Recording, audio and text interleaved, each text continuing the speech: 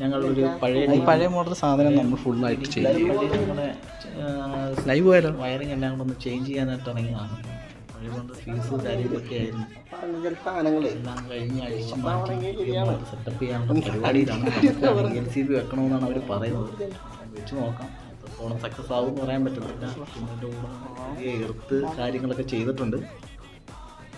എല്ലാം നോക്കിയപ്പോഴത്തേന് ആ കിടക്കുന്ന കണ്ട വയറ് അങ്ങനെ എല്ലാം ജോലിയാണ്.